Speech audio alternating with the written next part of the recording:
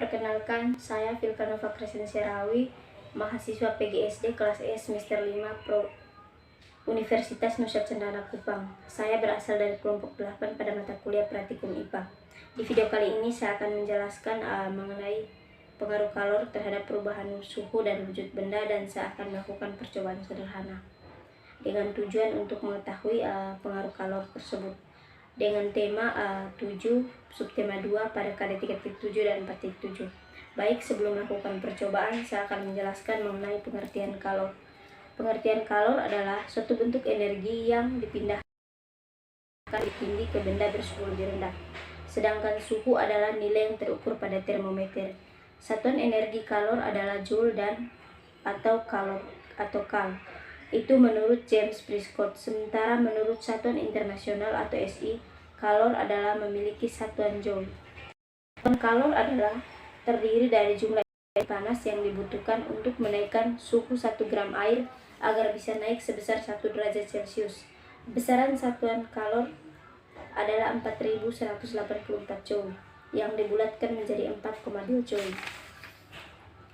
3 macam perpindahan kalor, yaitu secara konveksi, konduksi, dan radiasi. Yang pertama, secara konduksi merupakan perpindahan kalor yang terjadi secara kontak fisik. Perpindahan kalor secara konduksi biasanya terjadi pada benda-benda yang padat.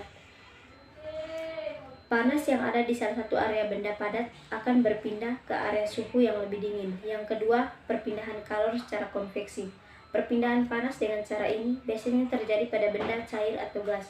Pada proses perpindahan kalor terjadi perpindahan molekul yang ada pada benda cair atau udara. Suhu atau cairan udara yang lebih panas akan berpindah ke area yang lebih rendah. Yang ketiga yaitu perpindahan secara radiasi.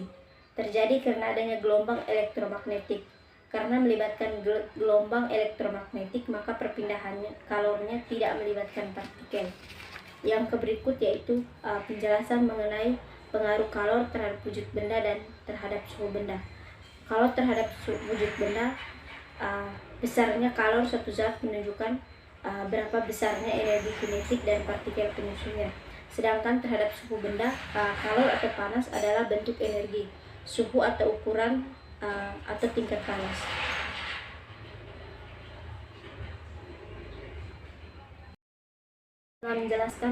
Setelah mendengar penjelasan mengenai materi, di sini saya akan melakukan percobaan sederhana dengan alat bahan yang saya siapkan, yaitu di sini ada 1 gelas air panas dan 1 gelas air dingin. Ada wadah yang akan saya gunakan. Ada juga kertas dan ada korek api atau pemantik. Baik, pada percobaan pertama yaitu di sini sudah tersedia gelas air panas dan air dingin. Baik,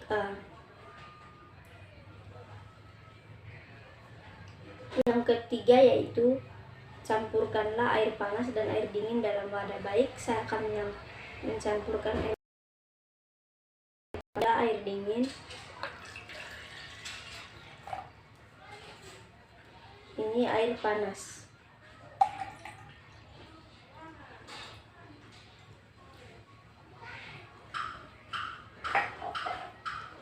Baik,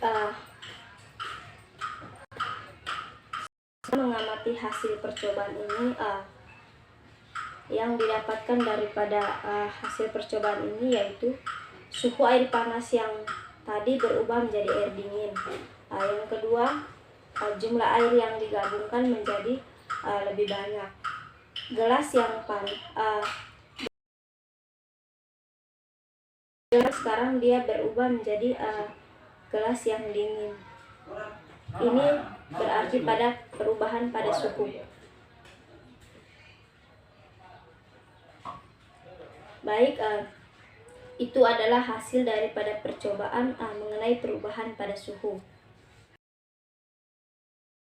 Air panas tadi berubah menjadi dingin. Baik, yang kedua itu saya di sini mempunyai kertas dan korek api. Baik, saya akan membakar kertas ini menggunakan korek api. Kertas ini masih dalam keadaan polos, belum punya tulisan dan belum punya warna apa-apa, hanya warna putih.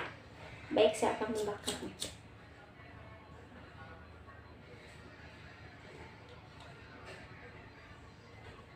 Baik, melalui hasil percobaan ini, warna kertas tadi yang berwarna putih sekarang berwarna hitam, bentuknya menjadi abu atau menjadi serpihan. Pada sisi yang dibakar terasa panas. Ini adalah bentuk perubahan pada wujud benda.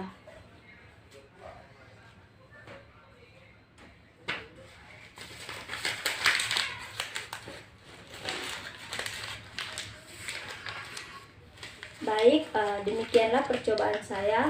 Kesimpulannya yaitu sesuai dengan percobaan yang dilakukan, maka dapat diketahui bahwa suhu yang ada di salah satu area benda padat akan berpindah ke area suhu yang lainnya.